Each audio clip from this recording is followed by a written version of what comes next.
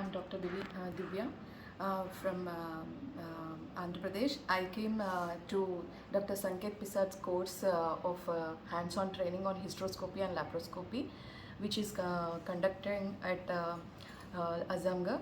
So we have it's a actually the first thing I want to tell you is it's a pure hands-on course.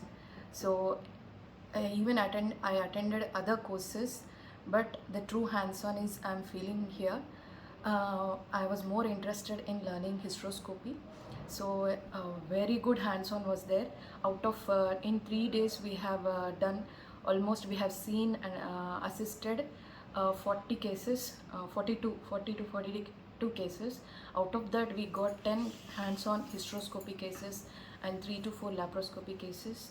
And it's very sir will tell every tip at each and every step of the from inserting camera and trocar to closure.